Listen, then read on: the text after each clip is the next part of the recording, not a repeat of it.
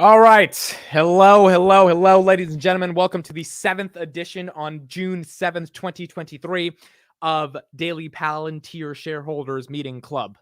The long name, because it's cooler to say the long name than the short name. We are here, and we've got some stuff to discuss. There's mainly two things I really want to discuss here on this late night edition. I was actually going to go, I totally lost track of time. I was going to do this at 9 p.m., and then I forgot that we're doing Finance Junkies at 9 p.m. this week. And so now it's a little bit later, but tomorrow it'll probably be done at like 8 o'clock instead of 9, so that we do it earlier. But usually it should be done a lot earlier than where it is to now. But we are here live right now.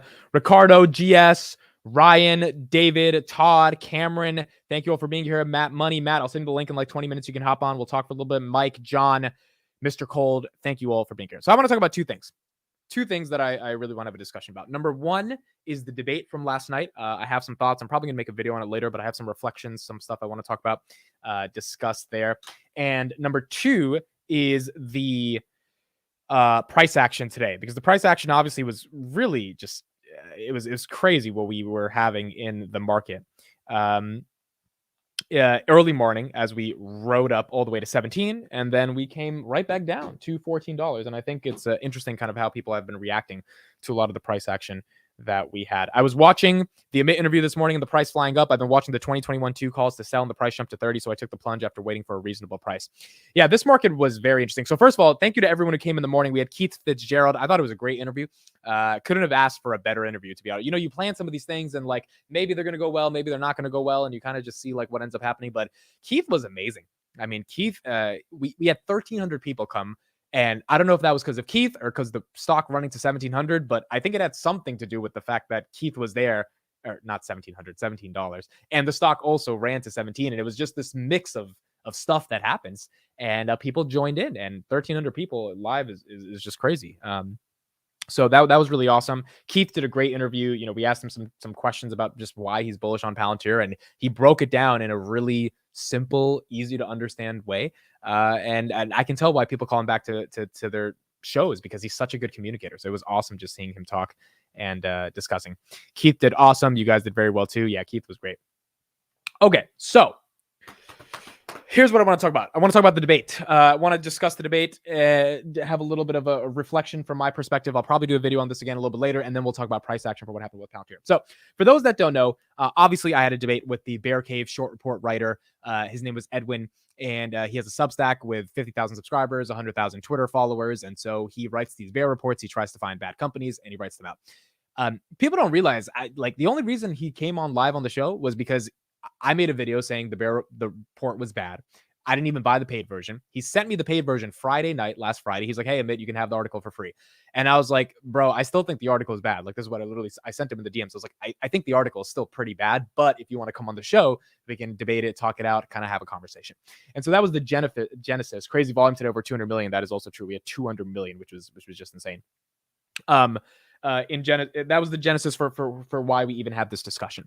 Now, the reason I want to talk about a lot of things, but the reason I wanted to have this debate was not because he's a bear. I could care less about that, right? There's a bunch of articles on Seeking Alpha saying Palantir sucks, valuation, blah, blah. Like, you don't want to debate all those people live. I think we're forgetting the claim that he made in order for him to get his article to get the attention it did. If he writes an article saying Palantir is overvalued, it does not get clicks. Let me say that again. If he writes an article saying Palantir is overvalued, it doesn't get clicks. No one's buying it for $64. Like, you don't have to be a rocket scientist to be like, oh, maybe the company is kind of overvalued if they're only growing 18% year over year. Like, it's very simple. Like, so you have to do something more salacious, more scandalous to be able to entice the clicks and entice the money. And sometimes that requires stretching the truth a little bit. And clickbait is more, ethical stretching the truth. Lying, like just straight up lying, is not, to me, ethical stretchings of the truth, even though it's the media business and media is very ruthless. And so the claim that was made for his article was that Palantir is an AI imposter. Okay, that was the argument. Palantir is an AI imposter. And that's where the majority of my focus was on the debate. I think I got a lot of feedback saying you spent, the majority of the feedback I got was that the debate was awesome. People enjoyed it. But there were some people who were like, you spent a little bit too much time on that. And I'm like, there's nothing else to talk about. The consulting stuff, SPAC stuff, I mean, if you think that's an argument, then that's great. Like that, you can make that argument. But the only reason I care to even have him on a debate is he's calling the company fake. He's saying that the company's not real. He's saying it's an AI imposter. And so that's why it was a fun discussion, because I asked him, what does imposter mean? And the guy's like, well, it's just a colloquial term. It's like, no, buddy. You use that word very clearly. You released it on the day of their AIPCon for a reason. Like, don't bullshit us. It's called imposter because you're implying they're lying. And even in the interview, he said they are misleading investors. And so what does that mean to someone as a shareholder if you're being misled as an investor? You're basically saying the company's claims around the proprietary technology that gives them a competitive differentiation from the rest of the market is false. It is incorrect. It is fake. It's lying. And that's just something I couldn't handle. I was like, I don't think that's the case. So the structure and the premise that I used to get into the debate was, and this is my plan, right? So a lot of people are like, okay, Amit, how did you prepare for the debate? The whole way I prepared for the debate was kind of simple. I did debate in high school. For those that don't know, I was ranked number 7 in the country. And one of the reasons I was like really good at debate when I was in high school is because I asked very specific questions that made someone feel like an idiot. So in debate, you have something called cross-examination, where you ask people questions. You have 3 minutes uninterrupted where you can ask questions and they have to respond to you. And I honestly think in 2016, I was the best person in the United States of America at asking questions. Like I will hold my feet to the fire to that, because I could tell how the judges were reacting when I started asking questions, and it was kind of like good game. It was game over. When I asked a question and they didn't have an answer, the judge was like, all right, I'm signing my ballot right now. So Edwin didn't realize that I was going to ask very specific questions about a certain claim that he made around Palantir being an AI imposter. And by the way, I told him the questions I was going to ask before. It's not like I pulled this out of nowhere. I said, hey, we're going to be discussing these broad topics. And then within those broad topics, you should probably know some specifics. I don't think he realized I was actually going to ask him about the specifics around artificial intelligence, if you're going to call them an AI imposter. And so the first question was, what is an ontology? And, for anyone who invests in Palantir, you should probably, if you're investing in Palantir and you don't understand the concept of an ontology, you should probably understand the concept, right? It is one of those things that's important to understand if you understand the tech. I know a lot of people don't always care about the tech, but if you're investing in Palantir as a more speculative play, because it's still a small growth company, you should probably know a little bit about the tech, right? That's what I try to get my videos out there. That's why I interviewed CodeStrap. That I didn't even know about the tech, right? And I was trying to learn a little bit more. Nonetheless, if you have 150,000 people and you're going to call the company's tech fake, you got to do the research to be able to even know what the tech is about. And the guy's answer, and this was fun, right? This is the shit I live for. This was fun, was I've never heard of ontology in my life. And in my head, I'm like, what? And I knew this was going to happen, right? So as soon as he said it, it was in the back of my head. I'm just like, let's fucking go. He said what I wanted him to say, because I knew he wouldn't say it. Now, people are assuming I got emotional in that moment and I got heated, whereas I was being theatrical. So when I was like, Edwin, really? You don't know what ontology means? And you wrote a bear report to 150,000 people and you don't know what this word means? People are like, I bet you're getting too emotional. I'm like, that you guys don't understand media, okay? You've got to get a little excited. And I'm not saying I'm the best media personality in the world, but as you can see, I'm learning. I'm trying to become a better media personality. It's going to be a pretty boring discussion if I'm like, so what's ontology? And he's like, I've never heard of that. And I'm like, all right, moving on. Thanks for the answer. It's like, no, like you've got to make a big deal out of that. It's like saying someone's a bear on Tesla and you're like, what's FSD? And that person's like, I don't know. I mean, anyone who is asking that question to the bear would make a little bit of a big deal of the fact that they don't know what FSD is, right? And so that was kind of the core thesis for why I did that. So I think the people that were assuming emotional, I don't have a stake in this against Edwin. I don't care about him. Like he's a fine human being. I have nothing personally against him. I wanted to make it a show. And when you make it a show, you've got to get a little over exaggerated, excited just to be able to make, it a little bit more. It's just entertainment at the end of the day. It's good TV, right? But nonetheless, the question was really good. So the next question was, what's a granular access control? What is a granular access control? It's what Karp's talking about. It's how we are able to secure data to make sure that certain people have access to it, certain people don't have access to it, making sure it's auditable, make sure it's cross-functional within organizations, right? These are like basic things you understand about the nature of AI infrastructure and how it's implemented into an organization. It's never heard of it before.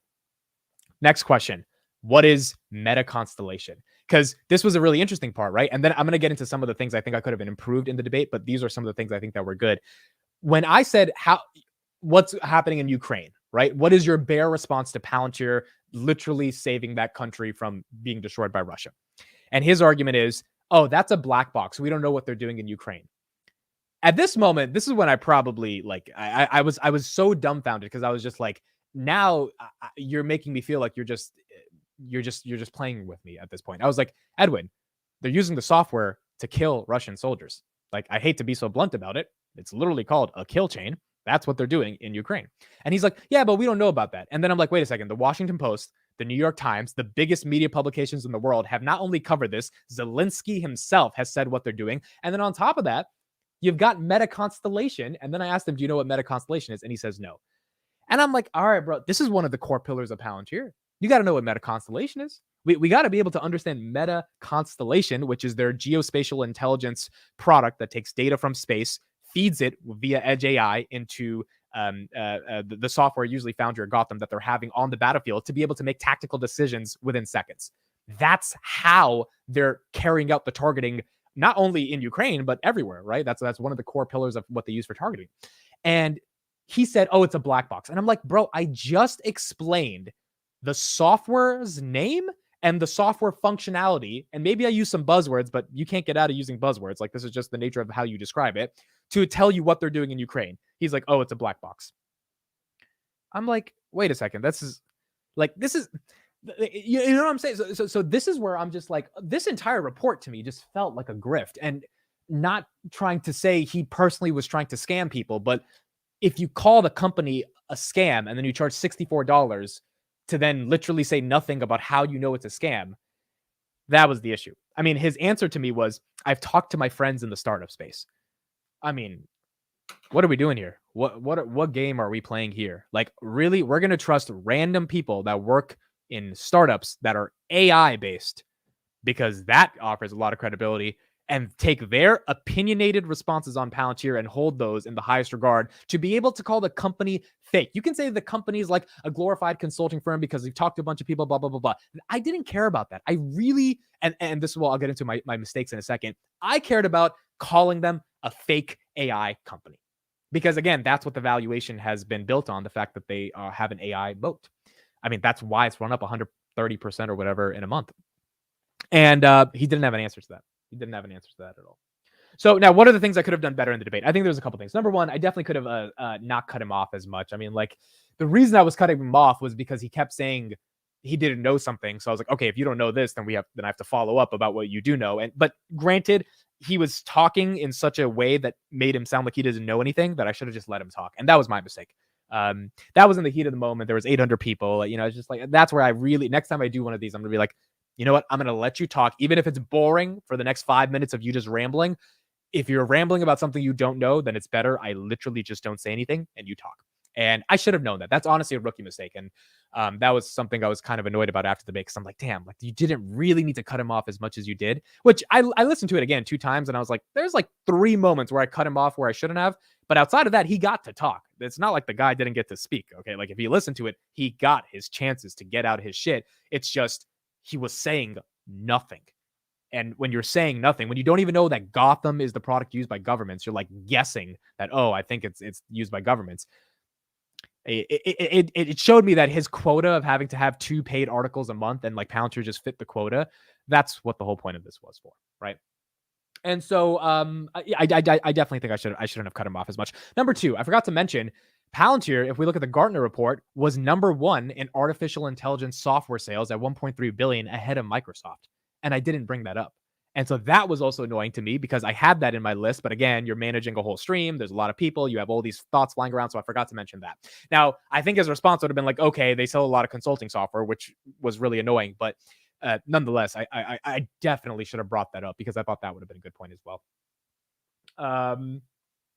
Number 3, the other mistake I made is, so the consulting argument. So the answer to the consulting argument, I was talking about with Chris last night. By the way, Chris was actually telling me how to give even better answers for those that think he's so bearish on Palantir. He just doesn't like the valuation, but he He had a lot of answers to Edwin's nonsense. The consulting argument is very simple. The reason they send FDEs, forward deployed engineers, is to be able to do R&D on how to work with a company. They get the data from those FDEs being deployed, for example, at BP. And so the next oil and gas company they work with, they already have all that data. They already know how to implement something into a client, that they don't have to send that many FDEs. It's going to be a lot more modularized. The product is going to be a lot more thinner versus thicker, but those FDEs getting real experience implementing a product is actually a shit ton of data and R&D for Palantir to be able to replicate it at scale across multiple organizations, multiple industries, which is sort of the thesis of what I should have said. Palantir is not solving a problem for a company. They're solving a problem for an industry.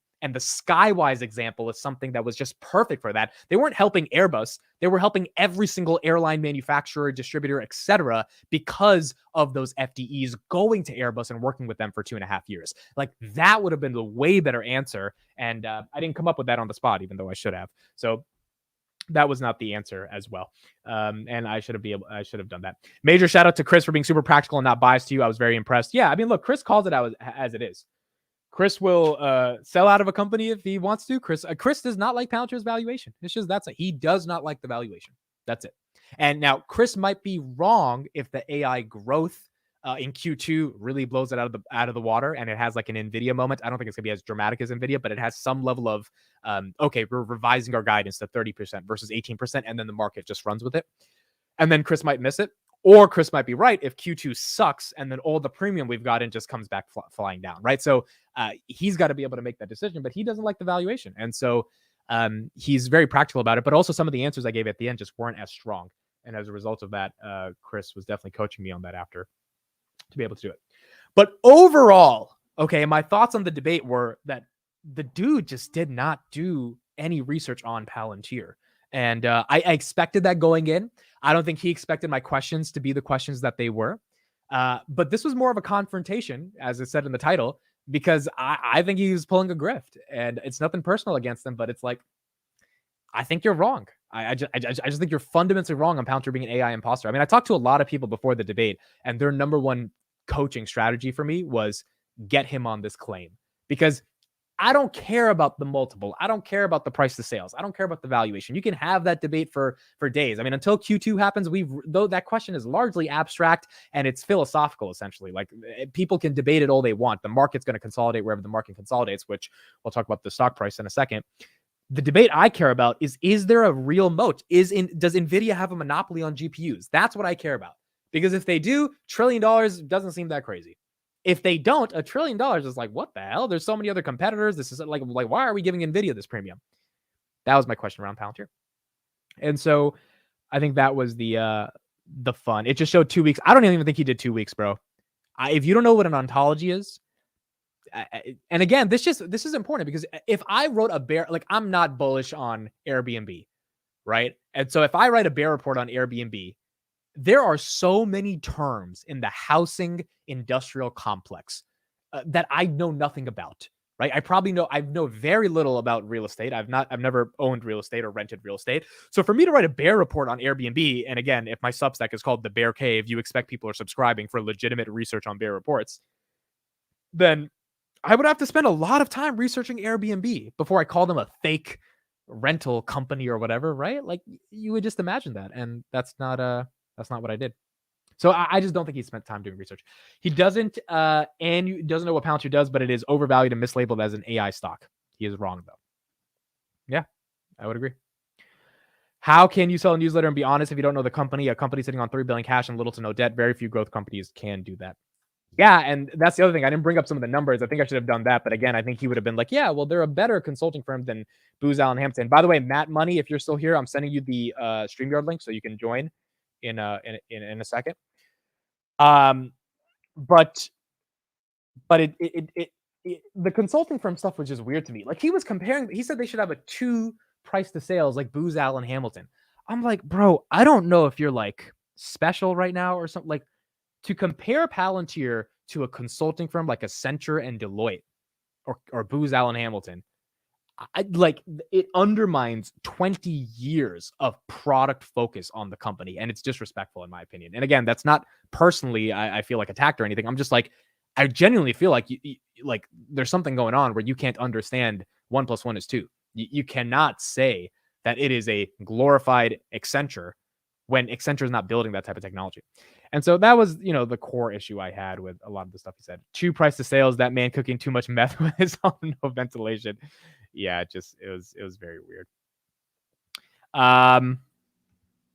Hello, sir. What's going on, my guy? Appreciate you having me on. What's going on? Yes, thank you for being on. I needed someone to talk to. I'm happy you're here. And I wanted to definitely get your thoughts on a lot of stuff. So Chris and V and Carlos aren't enough for you to talk to. I mean, they're pretty good to talk to for an hour. You did a good job with that. I'm afraid of saying the word Palantir on that stream. Like, oh, here we go again. We got to. I'm just like, the people want it. It's run up 100%. Can we talk about? No, we don't want to talk. Like, all right. Well, for the first time in public, what I will say is Matty Capital has updated its price target of Palantir to $0. $0. Whatever this bear case guy is talking about, whatever, like he's right. Whatever it is, it's going to 0. Like 2 times price of sales? No, 0 times price of sales. 0 times. Can you explain people this little meme you've cultivated for yourself around XYZ to 0? What is the inception of this thing that you are known for? Dude, it's exactly why you brought on this gentleman yesterday, right? People not doing any research, people not putting any diligence into their claims, people just straight up just saying, I don't like it. So it's a garbage company. Like Jim Cramer, like he literally was just like, it's a black box, it's fake. And then the next week he's just like, he talks to the Jacob CEO and he's like, hey, maybe this company's got some merit. It's like, dude, like what? Like people just chatting, right? People just chatting and not having any substance, right? They're just chatting to flap their mouths and be relevant. And it's like, dude, like, and that's kind of why I've taken on this like troll-esque sort of like part about Palantir and oil and all these things. Is like people just chat for the sake of chatting when they don't even have an idea as to how revolutionary this company is. Like maybe I'm biased because I get to use it, but anyway, that's what that Palantir to 0 sort of crap is. It's fun to just mess around with people. And I really welcome people joining the community. I've met a bunch of people with this recent run up that actually have done a lot of research and, do their due diligence. But the thing that bothers me a little bit is like people just coming on and, no offense to you, you have a great message and you do a great job, but like people coming onto your stream be like, it's at 17, should I sell? It's like, dude, like do your own research, right? Like as much as it's cool to come on, like I listen for your thoughts on, what's going on with the organization, the new contract deals, stuff of the like. But then people just kind of like utilizing other people. And I've had this happen as well because I've been on YouTube for 5 years. It's like people Matt, real quick. I'm getting a call from my mom. Do you think you could hold down the live stream for the next like 5-7 minutes? You think you do it? 5-7 minutes. I'll try my best. You got 5-7 minutes. Okay. I was just going to ask you. So let me set you up with a question. Then you can keep going. I'll be right back. Stock went to 17, fell down to 14, and people are freaking out. I wanted to set up that question for you and kind of see what's your reaction to that. So again, the premise is stock went to 17 this morning. Everyone's happy. Falls to 14, only up 100% instead of 150%, and people are freaking out. What are your thoughts on that? I'll be back in. Okay, go help Mama. Go help Mama K. Oh no, he like completely just like he's not even gonna leave the fake bricks. Anyway. So setting that up. Should I leave the fake bricks or no? You can leave the fake bricks. Okay. You do whatever you want, man. It's your stream. So yeah, for those of you guys that are kind of new, right, and you're kind of just getting into Palantir, right? Like I think you honestly all need to think about. I mean, let me take a 5,000 foot like step back. Carlos, V, and Chris did a really good job kind of explaining like how their investment styles are kind of formulated. And trust me, like I know I'm about to like do this roundabout way, but it will be relevant to Palantir as well. You have to think a lot about what the 5 key things are for your investment strategy. And you could like sign on to like Merrill Lynch or any of these other companies where they have their investment kind of setups. And they're going to ask you the same exact things. And a lot of these things, initially, you might be like, this is a hunk of garbage. Like there's one way that you can get to be a trillionaire in the stock market. But in reality, after you realize it a little bit, it's all really true. There's 5 things you really need to think about: your objective, time horizon, your risk tolerance, which is a big thing. And the risk tolerance, just for a second, is something that I think people wildly misrepresent. They think that just because something has an ability to go to 100x, that it's really not that risky. But in reality, just because it can go to 100x doesn't mean it can't go to 0. And I think a lot of people misrepresent the ultimate risks and uncertainties, a lot of things. And that's just true about life, not necessarily even the stock market either. And then you have to think about how active or passive you want to be in each individual stock market endeavor, whether that's real estate as well. Like if you don't want to do any work, physical work, you don't want to sweat, don't try to get into flipping houses. Like it just doesn't make sense, right? You have to formulate how things work for you. But V, on the other hand, like he said straight up, like he likes that physical aspect of investing in something, which is great for somebody that likes physical touch. Like some people think that stocks are just fake and it's fake money, and it really is, right? It's all about trust and ebbs and flows, macroeconomics, microeconomics, and how people kind of feel about individual organizations. Real accounting, fake accounting, like it's a huge piece, right? Of and how you can really trust it. So some people really like that physical real estate.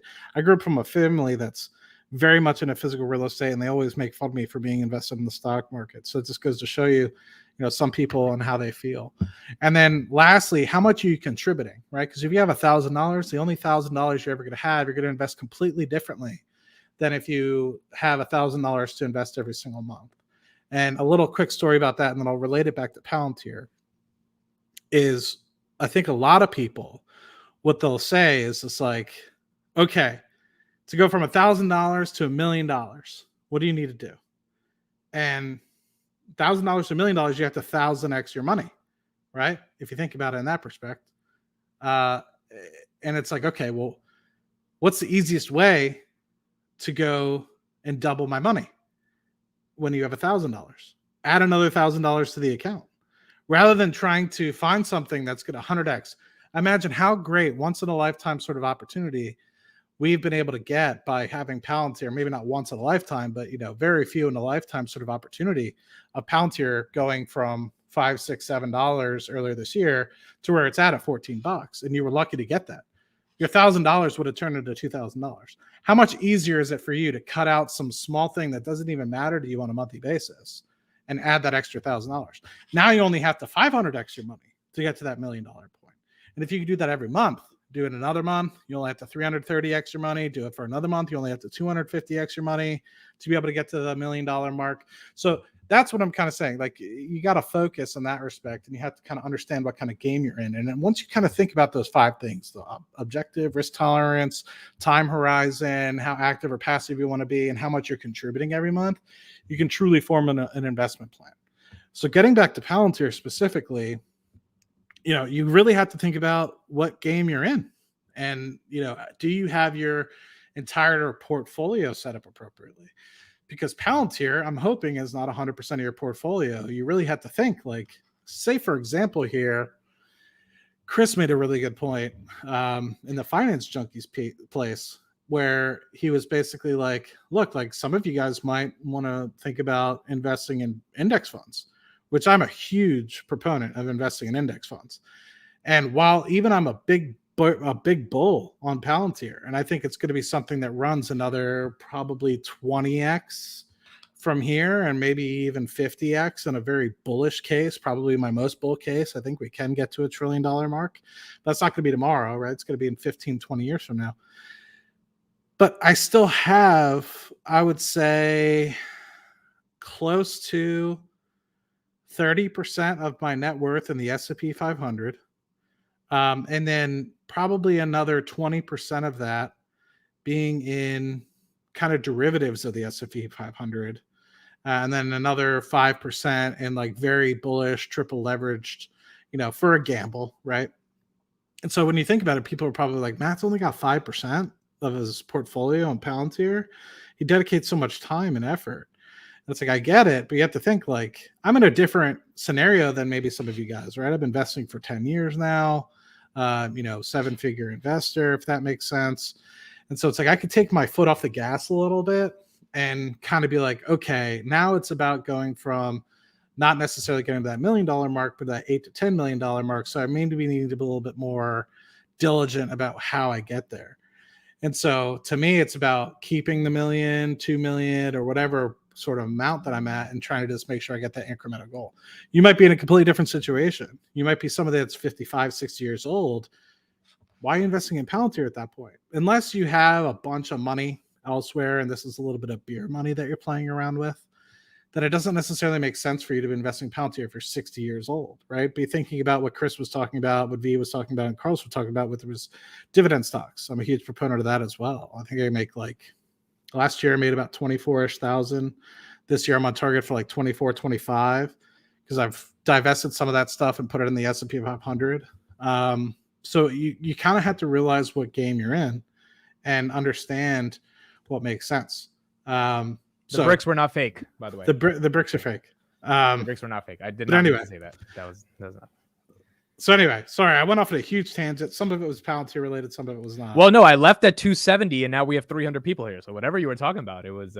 Get this man paid. No, I'm just kidding. But anyway, I'm curious. How is the membership going now that we have 300 people going in here? You have 14 members. 14? That's not enough. Anybody in here? I've been trying to convince people. Not convince. Amit does a phenomenal job. You probably stream about 6 hours a day, if not more. And the fact that you're not getting rewarded as much compared to some of these other streamers like Tim the Tap Man and some of these other gaming streamers needs to be rewarded. Anyway, just a little love for those of you guys that haven't joined yet. I'm a member. There's a little join button if you're on a desktop.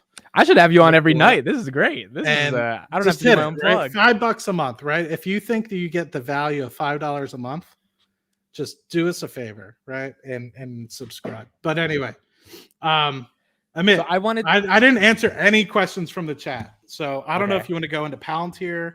Yeah, I want to stay on I want to stay on Palantir. So I guess the thing is for me, it went to 17 and then it goes down below 15 and people are freaking out. And I think that is typical. If you're freaking out at that, I did that in 2019, like when I first entered the markets. I'm sure you did that 5-6 years ago. Now I think we're at the point, and you can correct me if I'm wrong, where it is insane to be complaining about a stock that went up 150% and now it's only up 130%. Am I crazy for feeling that, or do you think it's warranted for people to get upset that it went from 17 to 15? How did you?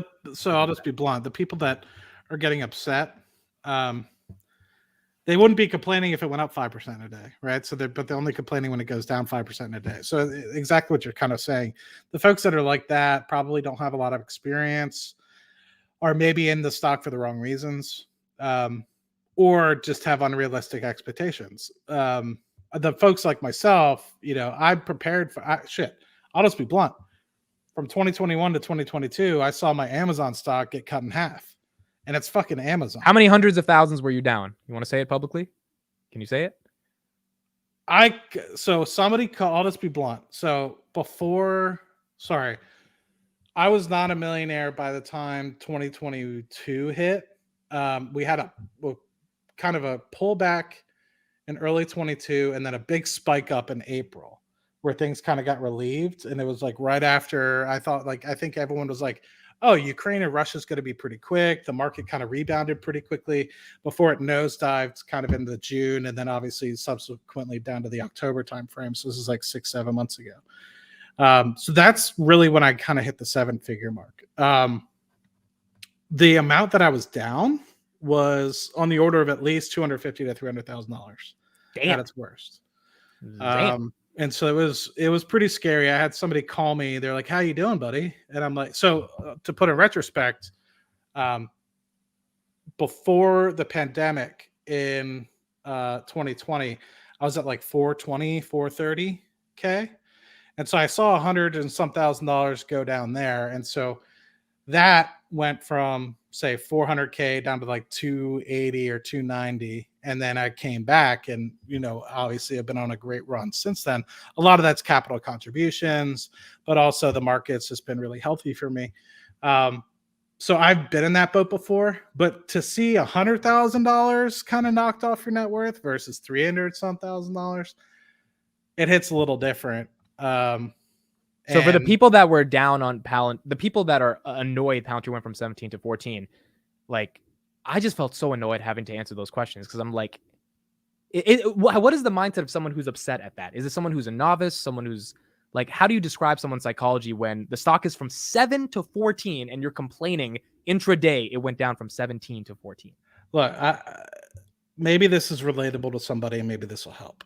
When I started investing back in like 2013, 2014, I put $500 into Sirius XM and I watched that thing like a fucking hawk, right? So like I would be at lunch eating there, like eating with my buddy. I'm like, it's down $4 today. And he's just like, I literally just spent twice as much on that sandwich that I was eating talking about this than how much I was actually down. And that's how serious I took it. It's somebody that hasn't been slapped in the face enough. It's somebody that might not necessarily have the nerves yet. It's somebody that might not have been through a bear cycle. You have to think like same thing with like what happened with GameStop and AMC.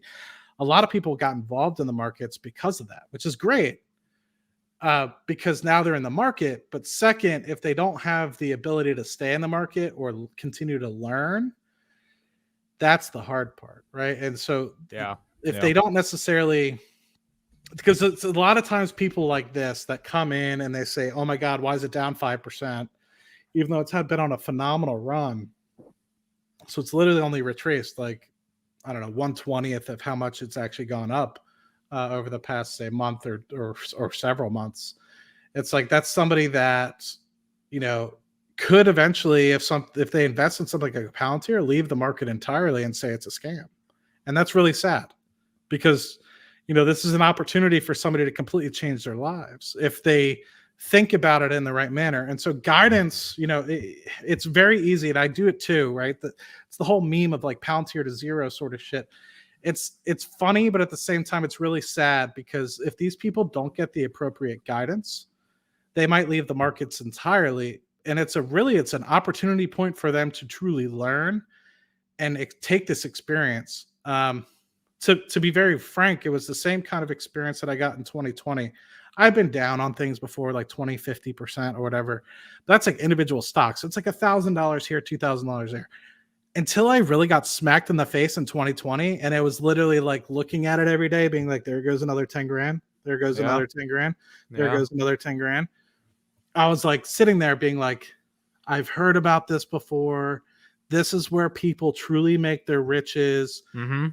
Stay in the trenches, keep investing. I was like going home, making peanut butter and jelly sandwiches. Like, granted, at this time I was living in Trinidad and Tobago. So like I was getting a crap ton of like stipend money.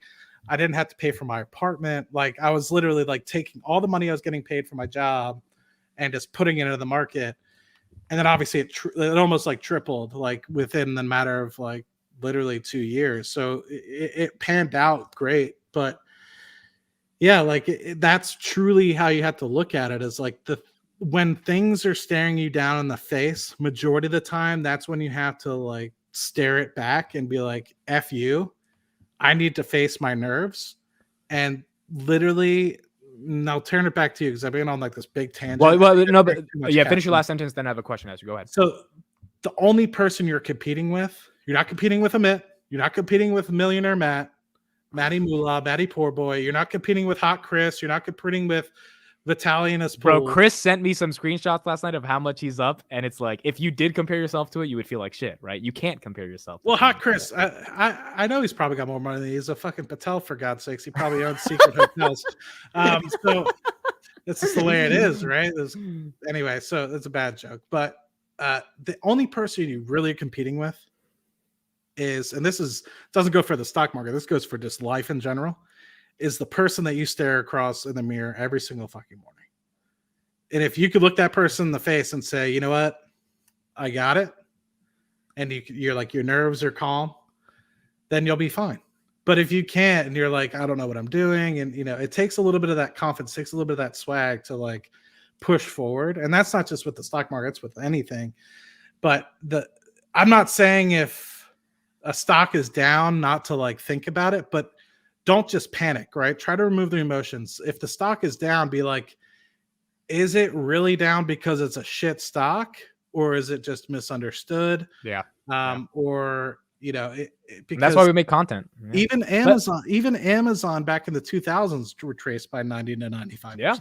And even Amazon and Google, literally within the past 12 months was down 50%. Even Yeah. Meta, This was almost as Chris 70%. and Yeah. several others that are around in our circle were like, it's stupid that it's in below $90, and it is now up 2x from that, actually 3x from that. Matt, what percent of your net worth is on fixed income assets? Oh. And then I want to ask you a Palantir question. So let's spend like 2 minutes on this, and we'll go back to Palantir. So I'll just be blunt. I mean, I've learned a lot over the past 10 years. I used to be very dividend investing focused. You would not have ever seen me in a stock like Amazon, Google. And I'm just going to be blunt and put it out there that I was wrong. And I thought I knew more than I did. And so you need to recognize like truly what's for you. And so anyway, that's a whole nother story. I could, if anybody's ever curious, they can reach out to me. I'll tell them my life story. I've lost out on hundreds of thousands of dollars by investing in fixed income assets, but that's neither here nor there. The answer, I don't know, 20. I don't know. It's not a lot. I've definitely diversified. I used to be strictly dividend investor, probably like less than 5-6 years ago. Okay. All right. So I got you for like another 20, 25 minutes, if that's okay. Sure. So here's the question. You can take it whatever direction you want. Is Palantir an AI imposter? Yeah. No. How are you going to take this question? It's really simple. It's not. Like, I've seen it firsthand and have used it firsthand. Why do you think the guy called it an AI imposter then? Why do you think that was his intention? Or why do you think, like, you saw the debate last night and he was not budging from that point? Every time I questioned him, he was like, no, it's an AI imposter. It's fake AI. Why do you think someone thought that? Look, I mean, yeah, maybe he wanted some clicks, but outside of that, like, why do you think? There's a million different things, right? Like, you take Palantir, that's a buzzword right now. You take AI, that's a buzzword right now. There's some people that just think that if you're not Microsoft, you're going to zero. There's some people that just think if you're not Google or ChatGPT, you're going to zero. Some people just like to be contrarian just for the sake of contrarian. Like, have you ever... I've literally met people in my life where like they don't even know a single thing about the topic. I'm not saying the gentleman that you interviewed doesn't know a single thing, but he was almost there about not knowing he doesn't know anything about Palantir. It's just, okay. I mean, you said it, not me, but so my job was to make him intellectually feel like he was an idiot without saying he's an idiot. And I mean that in the most respectful way, because the whole point of this debate was you were saying the company's frauding investors. You got to defend that. You don't know what ontology, meta-constellation, you don't know what that stuff is. All right, you should probably feel like you should have done more research. There's some people that always just feel like, even though they have no authority or no power over anybody, that just for some reason they feel like they should play devil's advocate. Let me put up this comment. This is so good. Shout out to Andrew. He's helping me manage DailyPalantir.com. You guys can check him out on Twitter. The problem with Edwin was in the report, he made an argument about the tech moat. And then on the debate, he argued the valuation, which was, if you command F valuation, it's not even there on the report. And this is such a good point because this is where I fucked up in the debate. I let him get into the valuation argument.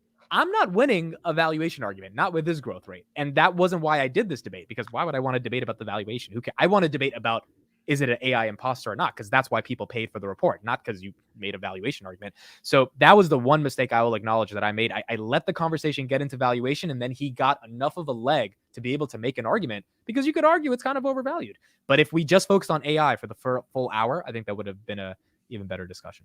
But I agree. It doesn't seem like he knew much about the actual technology.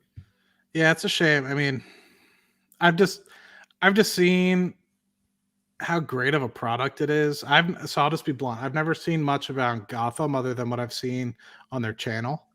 But I just anticipate it's just as good of a product. But just being able to see what kind of value it's brought to undisclosed oil company, and knowing how even not necessarily being in some of the supply chain industries or hospitals and stuff the like, I just understand how setting up an ontology, which, to simplify it, like, people just like to use the word ontology. It's basically what is it? Like, it's basically just like a classification of all your data, right? So like an ontology is like, if somebody says St. Jude's, it knows it's a hospital. So if you're looking in like AI and it says like St. Jude's, it's like the AI automatically knows St. Jude's is a hospital. How can I classify that? Oh, it's also like St. Joe's Hospital or Cardinal Health Hospitals, like all those things. And then it also might go into a detail of like what hospital is that. So it also like has what maybe hospital system it's in, right? Because some of these systems are several hospitals all in one, and one hospital might be. And so it just is an ability to classify all those things so that way you can manipulate your data appropriately. And if anybody's used Power BI before, it's like trying to, like, Power BI is a very finicky tool. It basically is like you can't use certain ways of slicing data if it's an integer, meaning like a single digit, or if it's a text file. And so ontology is basically just setting up the same thing. Is it an integer? Is it a text file? Is it a hospital? Or is it like a patient name? Like something as simple as just classifying all your data in so many different ways so that it's easy to track, manipulate, and share amongst other people. And it allows he didn't know what that was, and that's where I'm just like, I mean, it gets confusing, right? Like, to be very blunt, like 5-10 yeah, years ago, you've said blunt 5 times, and we love I? it. I don't know if you see the chat. Blunt Matt be money, Oh blunt be man, blunt, blunt Matt be blunt money, be blunt. I love it. It's just one of my things, man. Like I always choose a word for the day, and I guess it's blunt today. What was I kind of saying? 5-10 years ago, I had a summer job where somebody called out for 2 weeks or something like that, and I literally had to manually input a bunch of data records at a hospital that my mom worked at, and God, it was freaking awful. Yeah. So, and it was literally a file room full of, like, as large as my apartment, data in folders, manila folders, and I had to classify it in an alphabetical order, and it was just god awful. To be able to look something up and having to go like manually through each one of those files and like then open up the manila folder and like scavenge through, it's like versus having that readily available on Palantir or Foundry specifically to be able to search for it. It just makes things super easy. Anyway, okay, let me ask you this going question. down a rabbit hole. How do you feel about the valuation right now at $14? I guess my question is, in Q2, do we need to like beat expectations in order to keep this premium, or do you think if we like report 0% quarter-over-quarter growth and Carp's whole demand is through the roof thing doesn't really show up in at least Q2, the market's really going to punish it? How are you thinking about? Oh man, I mean, valuation going. For anybody that has sensitive earmuffs, right? Remember old school earmuffs. If you're somebody that's looking very short term for a price hike like this, I just don't think it's going to happen, right? I think a lot of people think, oh my God, AIP is out. AIP was barely released to several of those people. You saw that the cases that have been used, Jacobs and a few others, are 2023 only, right? So you think those guys have just got it. I work at Undisclosed Oil Company, which was one of the first commercial customers for Palantir. We don't have it yet in our organization, and we're like a 5-6 year relationship with Palantir. So the revenue that you're expecting for Q2 for AIP is not there. Yeah. Don't get excited, right? What is the continued customer growth, the ability for people to get more sticky with this sort of product. The net dollar retention should eventually in turn go up in the future.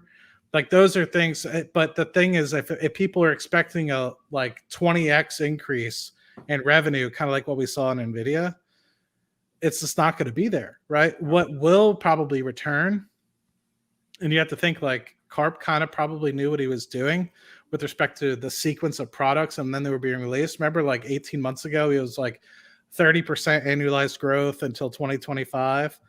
What you're probably going to see, you're probably not going to see this massive jump of like, say, 30% or 40% revenue growth this quarter, but it's not going to be the 5% that they forecasted from fiscal year 2022 to fiscal year 2023, like how they were like, we're going to go from 1.9 to 2.12. It's going to be something in the order of, I think, probably 2.3 for this year. Granted, now they've started to get some of those revenue streams coming in from the DoD and the recent one that they just had with the military defense or whatever executive branch it was or whatever. I'm mixing it up, but it's going to be kickstarting growth. It's not going to be the 5%. They sandbagged the 5%, but it's not going to be 30%. I think what you're going to end up seeing is at the back end of 2024 and then in the beginning of 2025, things are really going to start moving to the other edge, because at that point, you're going to start seeing a lot of the customers that they've been bringing in start to truly generate revenue. You're going to see the net dollar retention due to the stickiness of AIP and a bunch of other products kind of come through the door. And I think with AIP, what a lot of people probably don't realize is it's going to open up the door for a lot more non-technical users to be involved. And what Palantir is basically getting paid off of is the usage and the computing and everything of the like. So if you have more people using it and you're basically running more things quickly through AIP, you're going to get paid more. So what I anticipate is you're going to see NDR go up, net dollar retention. But if you're thinking of things going up in Q2, I think you're going to be sadly mistaken. I think if people are looking for customer growth, they're going to see that. If people are looking for net dollar retention to kind of start, trending the opposite direction, because it's kind of been trending down over the past couple of quarters, it's going to go in the right direction. It's overvalued at $14 right now. But that's if you're looking for the next 3 months to 6 months. I'm not somebody that's in it, and I've never been in it since 2020 when I invested. Since 2017, since I told those guys whenever it would go public, I would buy shares.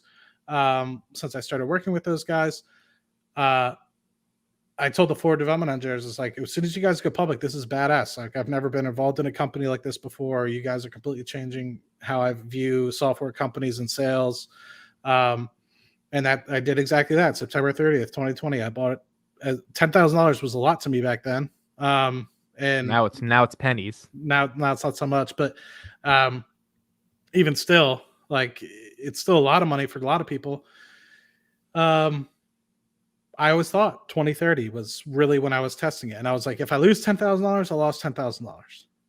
If right. even I still look at that today, it's like, I don't know how much it is. It's like 60, 70 grand. I don't really know how much it is now in my portfolio. It's like, if I lose 60, 70 grand, I'll be here. I'm not going to die. But the potential of knowing that 60, 70 grand can grow into something that is likely to be worth $600,000, $700,000. That's a lot. Like, that's a lot of money. That's a house. It's a couple houses. That's life-changing money. Like, that's the way I look at it, is like, this is something that's generational sort of opportunity. I know that Ragnar or whatever, I respect his opinion. He didn't think it's a generational type of company. I'm just going to go ahead and say I respectfully disagree with him. I know he's got his experience at working at Apple and Tesla. I just fundamentally disagree. I've used the products. It's different. And I think that the thing that confuses people most is it's unconventional, and they don't work with just anybody.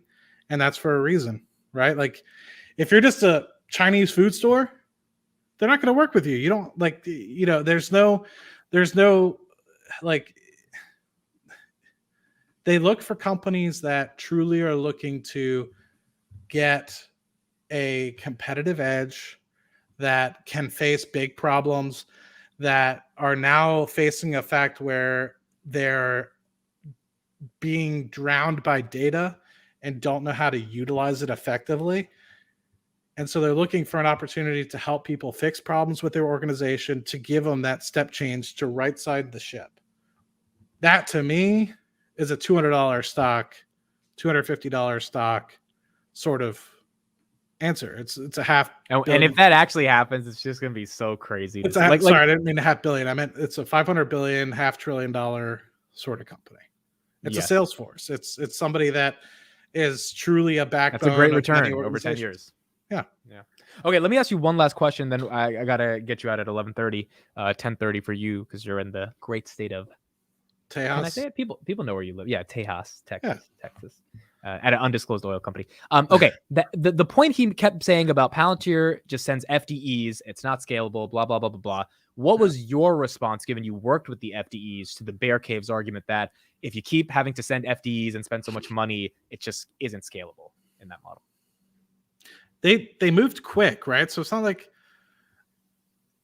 like it was something that, like, we were up and running on Quiver, which is a Foundry application, and a bunch of other applications. Like, we were up and running very quickly. So it's not like it was something that took 12 months or anything of the like. I think the thing that was most difficult, which to me is, I'm glad that we did do that, because in 2017, none of us knew what the hell ontology was, nor did we care, right?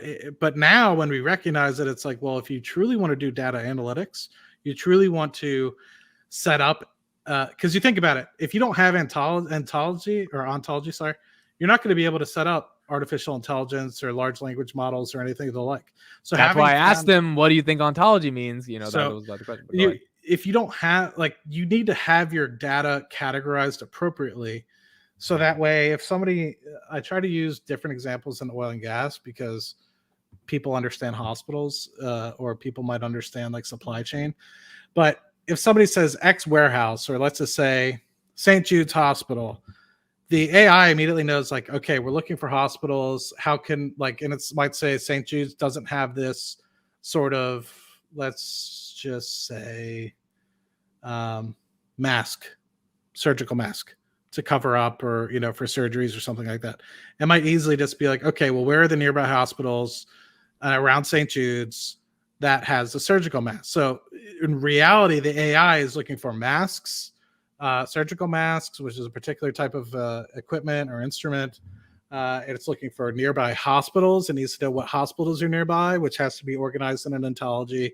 And it's looking for distance around a specific hospital.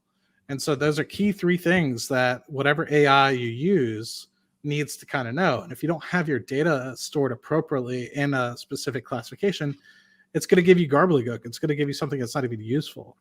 And so anyway. So you think they worked pretty quickly with you, the FDEs? They worked very quickly. The thing that I think was most useful, which at the time I was just like, this is stupid. This is never going to work. And I've talked about this probably like more like half a year ago when I first kind of joined, and people were kind of like, we didn't really have a lot to talk about, and things were kind of slow when I first joined Palantir Weekly.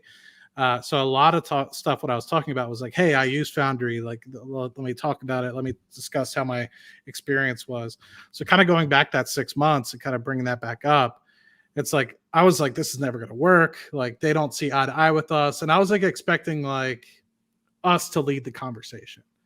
That's not what it is. Like, you're bringing Palantir in because they know how to use data. Like, we know how to make oil and gas. Like, we know how to drill oil wells. We know how to put them online and put them on production.